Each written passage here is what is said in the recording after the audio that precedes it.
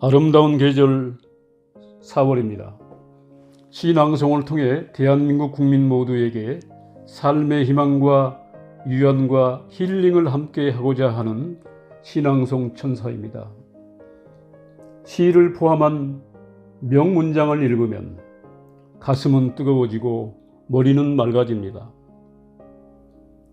한마디로 감탄, 감사, 감동, 감격할 줄 아는 감정을 갖게 되는 것이죠. 명문장은 적중된 예언이다, 이런 표현도 있습니다. 시낭송 천사는 오늘부터 국내의 수많은 명시들, 한국의 고전시, 제가 영문학을 전공하면서 심취했던 영국과 미국의 영미시, 독일, 프랑스 등 유럽의 명시, 유학의 대표 경전인 사서 삼경 중 공자님의 한시 305편을 간추린 시경, 나아가 일제시대 우리 민족의 저항시, 그리고 동요의 기반이 되는 동시, 성경의 시편에 이르기까지 계절, 시대 상황, 자연, 환경에 맞는 시들을 그때그때 골라 낭송해 드리도록 하겠습니다. 작가의 생애와 시가 던져주는 메시지, 상징성 등을 시의 해설과 해석을 통해 아름다운 시상을 함께 감상하도록 하겠습니다. 오늘 시낭송 천사의 첫 번째 낭송 데뷔시는 바로 이 아름다운 계절에 가장 잘 어울리는 조병화 시인님의 해마다 봄이 되면 이라는 시입니다.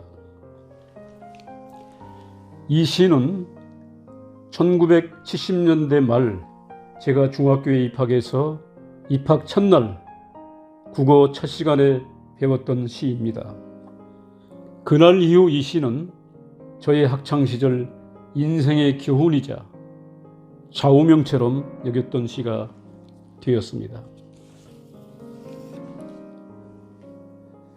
1980년대 초 활약한 영국의 제2세대 3대 낭만파 시인 중 한 사람인 셸리의 시 중에 Ode to the West Wind, 서풍에 붙이는 송시입니다. 여기에 겨울이 오면 봄은 멀지 않으리, If winter comes, can spring be far behind? 라는 표현이 있습니다. 자, 이렇듯 봄이 왔습니다. 봄이 되면 어린이집에, 우리 아이들이 유치원의 어린이집에 들어가고 학생들이 초등학교, 중학교, 고등학교, 대학교에 입학하고 한 학년씩 올라가고 또 졸업하고 사회에 진출하고 끊임없는 새로운 시작의 연속이 바로 봄인 것입니다. 낭송해 드리겠습니다. 해마다 봄이 되면 조병화, 해마다 봄이 되면 어린 시절 그분의 말씀, 항상 봄처럼 부지런해라. 땅속에서, 땅 위에서, 공중에서 생명을 만드는 쉼없는 작업. 지금 내가 어린 보색에 다시 하는 말이 항상 봄처럼 부지런해라. 해마다 봄이 되면 어린 시절 그분의 말씀, 항상 봄처럼 꿈을 지녀라. 보이는 곳에서, 보이지 않는 곳에서 생명을 생명답게 키우는 꿈, 봄은 피어나는 가슴. 지금 내가 어린 보색에 다시 하는 말이 항상 봄처럼 꿈을 지녀라. 오, 해마다 봄이 되면 어린 시절 그분의 말씀, 항상 봄처럼 새로워라. 나뭇가지에서 물 위에서 뚝에서 솟는 대지의 눈. 지금 내가 어린 버섯에 다시 하는 말이 항상 봄처럼 새로워라.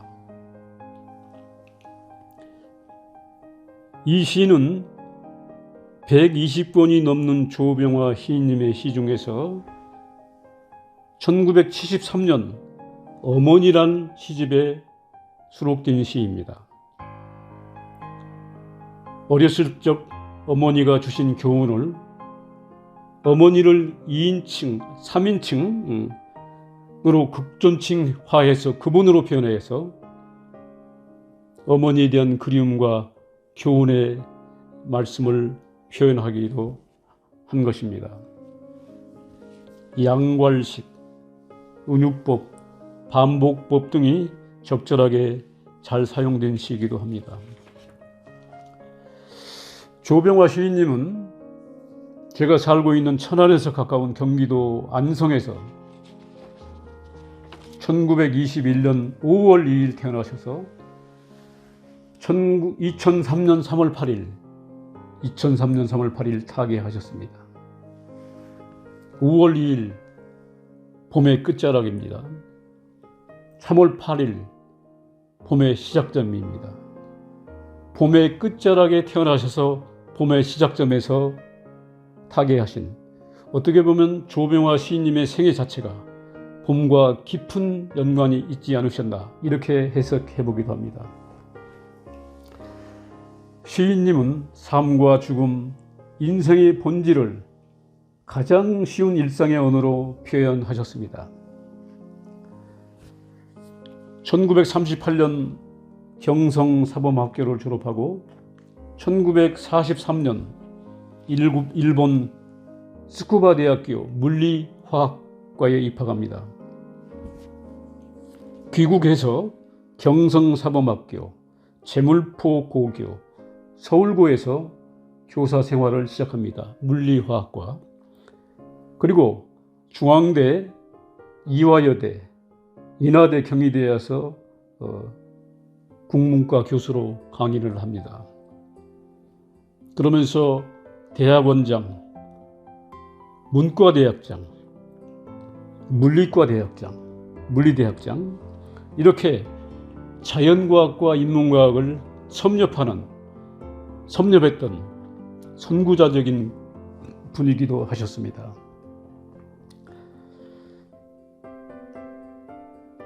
통섭적인 선각자였다고 볼 수 있죠. 통섭, 학문의 통합을 얘기합니다. 고대 그리스에서는 인문과학과 자연과학이 하나의 학문이었습니다. 여기에서 르네상스 시대로 넘어가면서 자연과학과 인문과학이 세분화되기 시작했는데, 오히려 요즘에 들어서는 국내외에서 모두 다 융복합적 인재양성이라고 해서 학문의 경계가 통합적으로 이루어지는 추세가 되기도 합니다. 그런 면에서 우리 조병화 시인님은 통섭적인 학문을 실천한 학자였다, 이렇게 또 표현할 수도 있겠습니다. 시인님께서는 미술, 그림에도 능하셔가지고 15차례의 개인전을 열기도 하셨고, 일본에서 학교 다닐 때는 럭비 선수로 한일 대학연맹전에서 뛰어난 활약을 보이기도 했었고, 귀국에서 교편을 잡으면서도 50세에 이르기까지 럭비 선수로 활동하는 등 그야말로 심신이 건강하셨던 아름다운 시인이었습니다. 이러한 활동을 토대로 해서 그는 대한민국 예술원 회장, 한국문인협회 이사장, 한국시인협회 회장, 세계시인대회 한국회장, 세계시인대회 개관시인, 국제이사 등을 역임하셨습니다. 상훈은 아시아 자유문학상, 대한민국 예술원상, 3.1문학상, 5.16 민족상, 대한민국 문학상, 금관문화훈장, 국민훈장 모란장, 웅민훈장, 동백장 등 많은 상훈을 함께하고 업적을 남기셨습니다. 아름다운 시를 감상해봤습니다. 다음 시간에는 4월 중순 세월호 9주기가 되는 주간이기도 합니다. 2014년 4월 16일 수요일 오전 고등학교 수학여행을 학생들을 태운 세월호라는 배가 진도 앞바다에서 침몰하는 과정이 있었습니다. 안타까운 사고였고 그 당시 국민 모두의 생활, 삶 자체가 잠시 멈추는 듯한 슬픔과 아픔이 있었습니다. KBS 1TV에서는 3일 후 토요일 날 주말에 특집 방송을 편성해서 골든타임이 지났지만은 학생들의 살아 돌아오는 생활을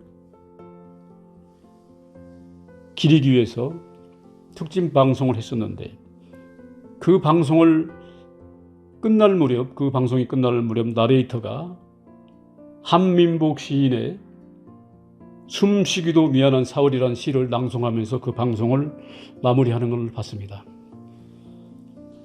9년이 지났지만 우리가 그 당시를 생각하고 아픔을 생각하면서 함께 공감하는 뜻에서 다음 시간에는 한민복 시인님의 그 당시를 그린 시 숨쉬기도 미안한 4월을 준비하도록 하겠습니다. 대단히 고맙습니다.